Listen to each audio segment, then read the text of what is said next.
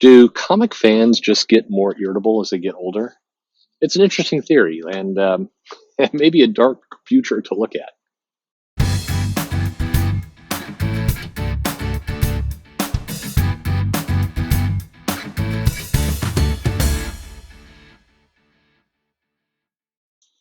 Hey there, this is Perch. This was posed to me, and it's one of those kind of statements that gnaws at your soul a little bit. That sounds too dramatic. It's just one of those things that you hear, and then you don't want to really contemplate it, and then you find you finally have to. And that's do comic book fans are they naturally kind of predisposed to become cynical and become negative to everything over time? And is it just a natural part of kind of the aging process? And is it a natural part of you've read so much that your mind filters out all the bad stuff or the boring stuff? I mean, you only remember the good and the bad, and so your life kind of becomes extremes. And I think this is a topic I'm excited to talk about this topic, even though it's a grim one, because I think helping to understand why we like and dislike and gravitate towards certain things is important to kind of understanding our place in the life and having a good relationship with that sounds too metaphysical, but just having being able to actually enjoy things for what they are. I think that it's important to understand yourself and understand where you're at. And so I give you this example. So take your life. You've lived this life all these years, and in your life you've had tons and tons and tons of boring, dumb moments. You don't remember all of these boring, dumb moments. The reality is, um, many of these are little things in your life that you forget. Your brain automatically cleans them out. Like you waiting at the bus stop for the bus to arrive, and it's 15 minutes late.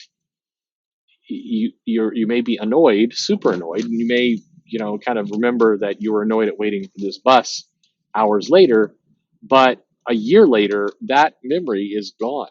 Unless something interesting happened during your wait, the wait is gone. And comics and media and fan things are a little bit the same way. You remember the big moments, you remember the terrible moments, you remember these kinds of things, and then you just kind of have a general emotional sense of the rest of it. It's why there is a phenomenon in people where it's kind of like photographic memory, and why that those people can kind of lose their minds, and it causes as much problem as good. Is if like with movies, you ever heard those articles? The person who's watched like the Avengers movie 500 times, and they can quote each line of the movie right down to kind of the inflection and everything else. It doesn't necessarily make them happy to have that much memory of the movie. It's too much. The way that media and movies and comics and all these things are meant to be absorbed and consumed is that you get the general feeling of them. You remember the high points, but you don't kind of memorize every single stammer or stutter or every little piece of it, because if you did, you'd be insane, and that's not how entertainment's meant to be. And so, why does this matter? Why does this turn people into critics as they get older? Well, because if you read lots and lots and lots of comics, or you watch lots of movies or TV or whatever, if you watch a lot of something, what you will do is you will naturally have some things that you like, and you'll have these great moments of thousands of comics or thousands of issues or thousands of shows. You'll have a lot of great moments that you remember, but your mind automatically sorts out the boring stuff. So when you watch or read a comic today, like all the comics that preceded it, it's filled with some good things and some bad things and plenty of boring things. But you notice the boring things because you're living there in the moment, and your mind is going, comics didn't used to be this boring. Comics didn't used to be this bad. And the reality is, yeah, they did. Absolutely, they did. You've forgotten those things precisely because they are boring. Now, this doesn't mean that comics have gotten, or have always been good, or they've gotten no worse or anything else. It simply means that your own mind protects you from the, the dull stuff. And so you get this kind of rosy picture. This is where I think a lot of people get this topic wrong. you get an extreme picture of the past. You remember the bad stuff and the terrible stuff, and none of the in between stuff.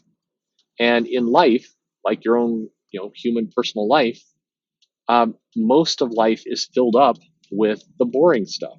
The majority of your life is boring. It sounds crazy to say, but when you're driving to work, or you're sitting there waiting for an email to load, or you're, any number of dumb things you're doing, going to get yourself a glass of water, drinking the water. None of that stuff is exciting stuff. It would not be on your highlight reel of life.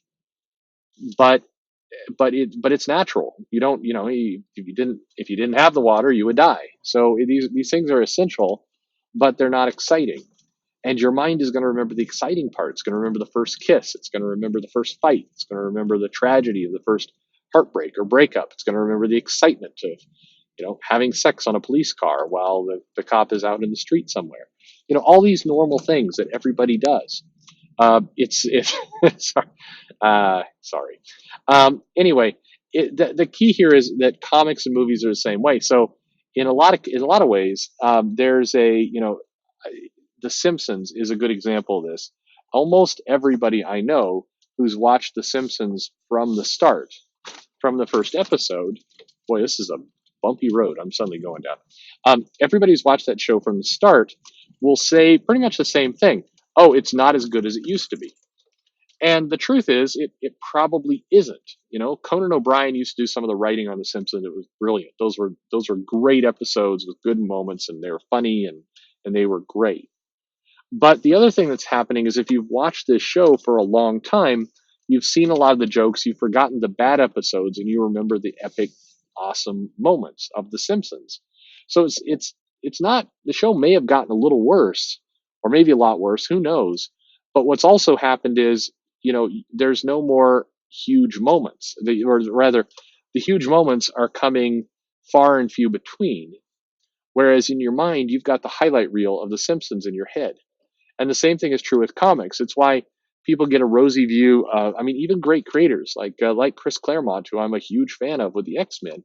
There are plenty of issues of Uncanny X-Men that were just kind of there. They weren't everyone was not a masterpiece. They collectively, it told a big story, and that is a masterpiece. That's great. But it's not like every single moment was perfect. It's not like every Jim Lee drawing is the best, but we remember the really cool parts of those. And so it makes those events bigger and better and more exciting. So that when we're comparing a current day comic, we're comparing it against the best moments, best writing, best art of the past.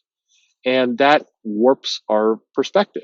It no longer is apples to apples. It's the very best against the average. And that's going to make you more cynical and more critical.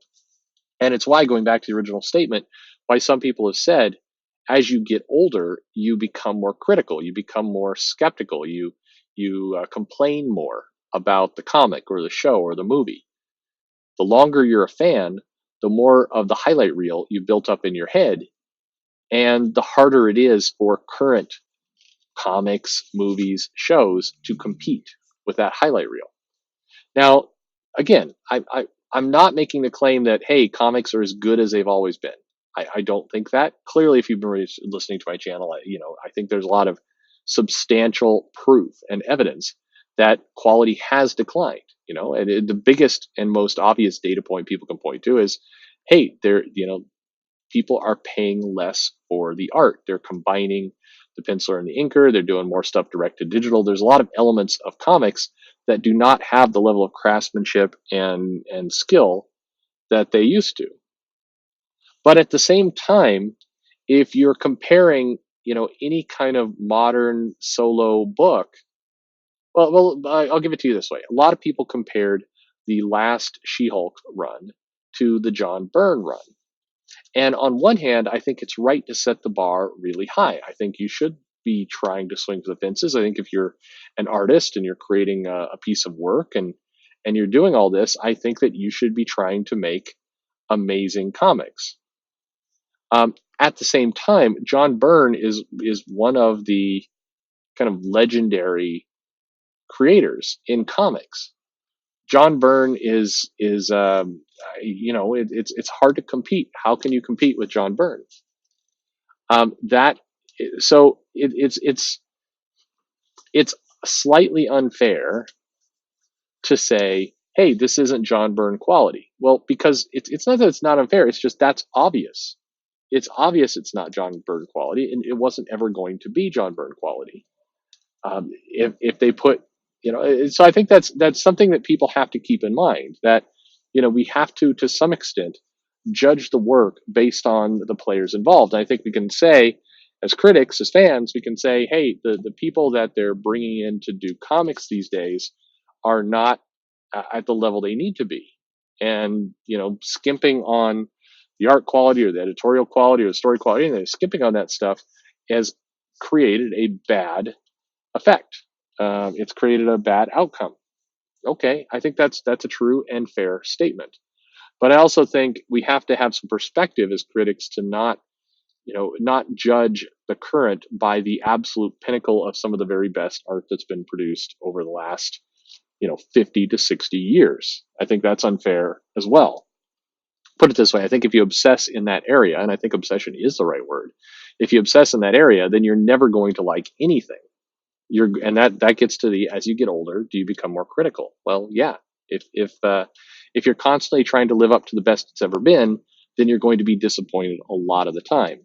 And I don't think, I'm not saying, hey, everybody should lower their expectations and then life's fine.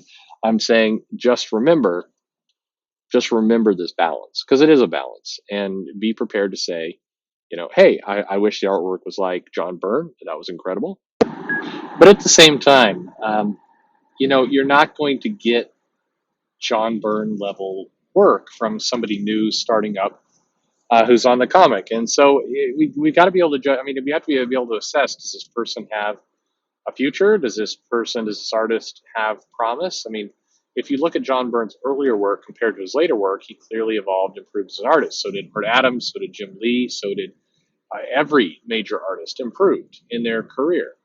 And we can't say, it's not fair to judge a new artist or somebody coming up against an artist at the top of their field. That's all I'm saying. Again, I'm not excusing bad work. I think these things, and a lot of these artists can say, well, yeah, but that artist who is on She-Hulk, do you really believe that person's going to be the next John Byrne? I would say no, absolutely, of course not.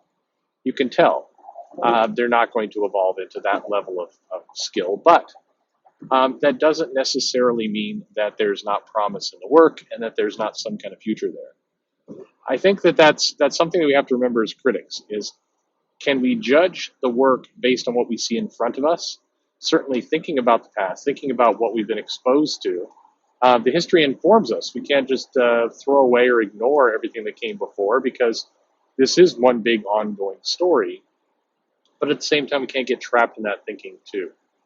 And so that's the general premise. Do people become more critical as they get older? Yeah. I mean, in general, always true. Yeah. And it's for this psychological reason of just how your life unfolds and evolves and works. And then you die. And then or before you die, you go senile and you can't remember anything. And so then it gets really awesome, because you're looking at these comics for the first time all over again. It's incredible. That's the beauty of age. Right there for you. Circle of life. Hakuna Matata. Anyway, hey, what do you think? What do you think about all this? Do you just naturally get grumpier as you get older? Do you naturally just become more critical? And do you lose perspective as time goes by too? How does that whole factor into it? Let me know your comments below, your thoughts in the comments below, I should say. And like, subscribe, notify, follow me on Twitter at Comic Perch. And thank you for listening.